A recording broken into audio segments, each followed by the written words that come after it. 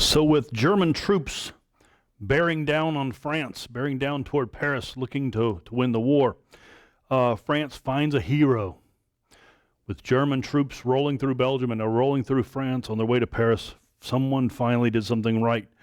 France finds its first hero, General Joffre. Commanding General Joffre finally does something here.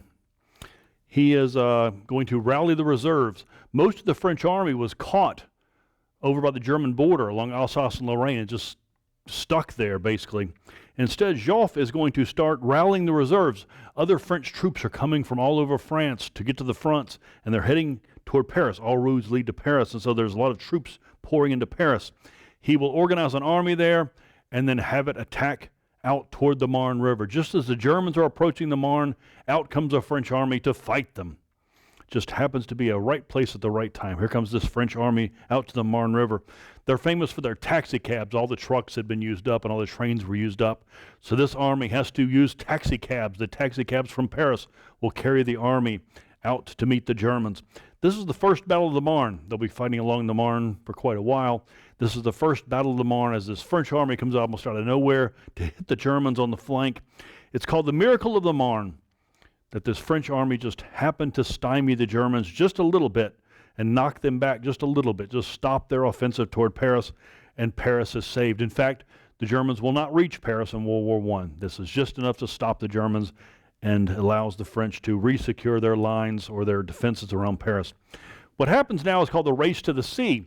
The British are up in Belgium. The French have defended Paris now, and the Germans try to cut between them. This is called the Race to the Sea. The Germans are going to try to reach the English Channel, cutting between the French and the Germans.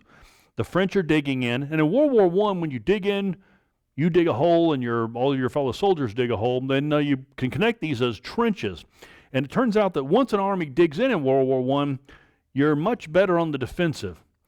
Everyone talked about offensive. To win a war, you have to have an offensive. Well, now things start to stagnate as everyone starts to dig in, and the defense is the way to go.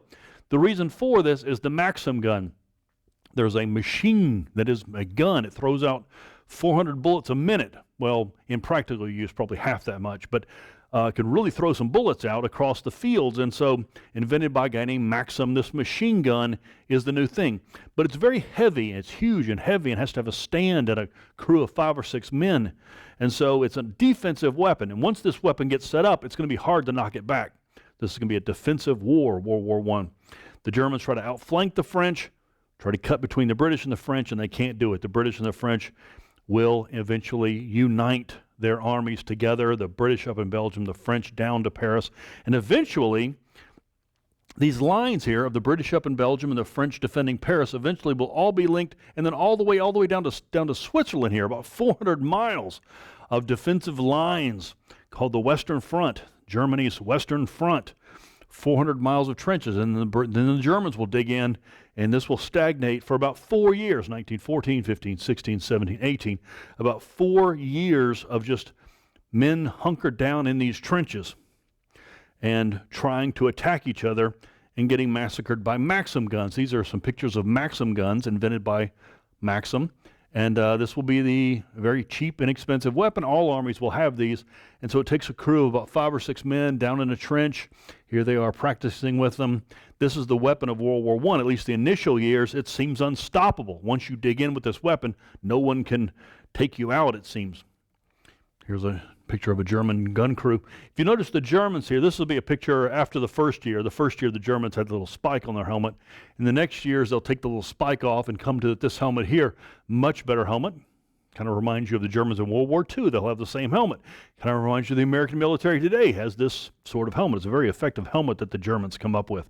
But the point of all this is that by the end of 1914, we have stagnation on the Western Front. The Germans did not reach Paris, and they will never will. In fact, many Germans even talked about that this war is over, but they're going to continue fighting. Look at what happened in 1914. The French, just in these first 5 months, over 300,000 dead French soldiers, 600,000 wounded. Let's just round it and call it 1 million French. And for the Germans, about the same. The Germans suffered about 1 million casualties also. That's off the chart of what anybody expected. And of course, no one expected this war to drag on. It should be over in 5 months. So Italy had a defensive treaty with Germany, and so Germany did the attacking here, so the Italians do not have to support. If the Germans had captured Paris, maybe the Italians would help against the French, but the Germans were stymied outside of Paris, and so the Italians will begin negotiations. Which side might possibly want us? More important for the Italians, which side's going to win this war? So here's some pictures of the Western Front, where the French have dug in and the Germans have now dug in. Here you see the first year of the war with the Germans with their little spiked helmets, and then a small trench, and then within a year or two, you'll start seeing these much deeper trenches, 10, 15 feet deep. You'll need a ladder to get up out of these things. As the men hunker down in these for year after year, they become full of mud and just all kinds of nastiness occurs. And they'll dig places to live down under the earth as they begin to pound each other with artillery. Just a terrible, terrible war. The first months of this war were horrific, and it just gets worse after that.